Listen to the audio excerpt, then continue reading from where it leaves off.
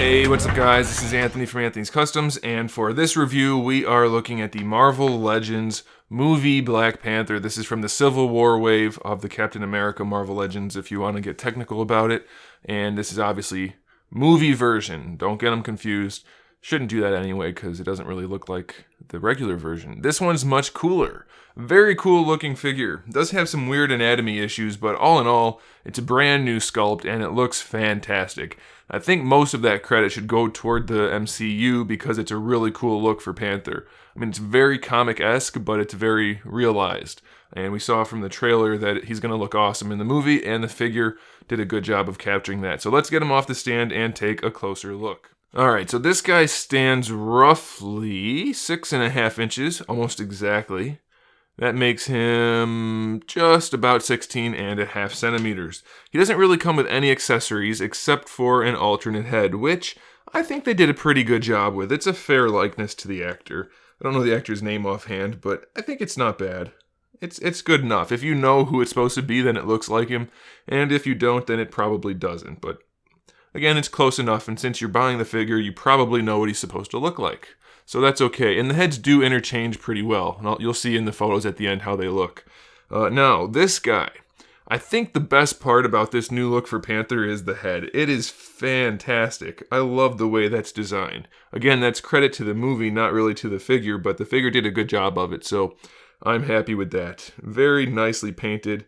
Just a really, really badass look for Panther. Not just a black mask with little ears on the end. It's got a little bit of detail, a little bit of style to it. And then we also have the necklace, which is somewhat comic-esque, but it still works into the suit pretty well. We have a little bit of the gold down here, and then a little bit mixed throughout on the gloves and claws, and then a little bit down at the feet.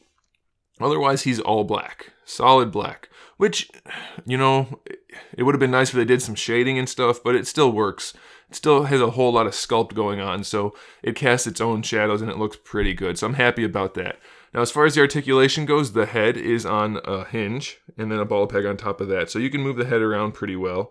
You don't get a whole lot of versatility out of it, but it's enough. You can lean it back pretty far and it still looks good. Then you can lean it forward pretty far and it still looks good. And the reason that works, and I hope Hasbro has realized this, is that the peg goes toward the back of the head where the neck is supposed to connect. A lot of times they put it right in the middle and it doesn't allow for the head to look natural when you pose it. This is done perfectly well. You can lean the head all the way back and it still looks like it's supposed to. It looks really good. So it's very, very nice to see that on this guy. The shoulder articulation, it's your standard ball hinge, but it has a little bit of sculpting to it, so we don't get the best range of motion. That's about as high as it can go without really forcing it. It does rotate around, no problem, and you do get your bicep swivel, but there's one thing to note about the arms.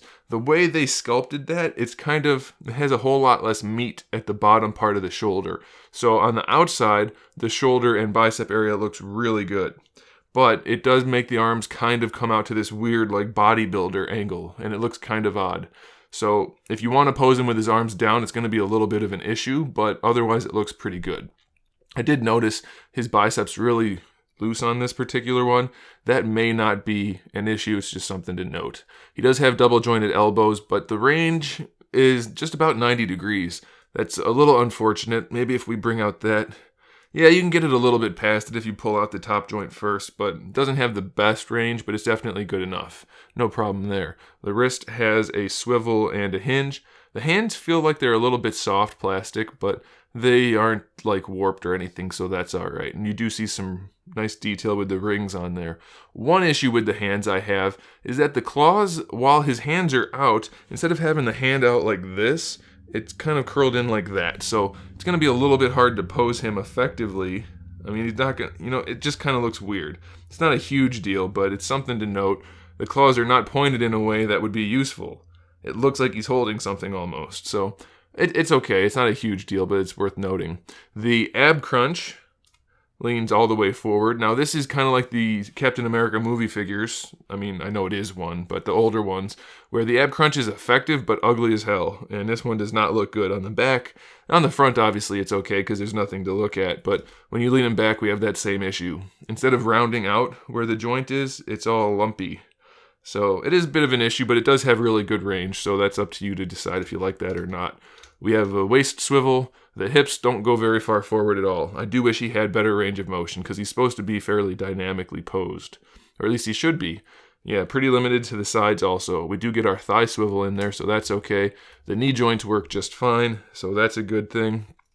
And then for the ankle, goes all the way back and all the way forward, and it has the new ankle rocker, so it throws the leg off at an angle a little bit, but it is there, so I guess that's okay. Now, the only real problem I have with the anatomy, and I don't know why they keep doing it, but they do, is that the shoulders are really far forward on him. Not really far, it's not as bad as Hyperion, but it does make the chest look like he's doing like a Zangief pose, where you want to be like flexing your pecs or something like that. That's the way it's sculpted, so it's going to look a little unnatural when you pose him with his arms back or out or anything, but it's not as bad as it could be, so that's okay. It's a really cool figure all in all, and I think all of you that are looking forward to it are going to really enjoy it, so I do recommend it, and they are up for pre-order at Big Bad Toy Store, so check out the link in the description below. Thanks for watching, guys. Make sure you subscribe to the channel so you can see my upcoming figure reviews, custom figures, and other good stuff, and in the meantime, keep collecting.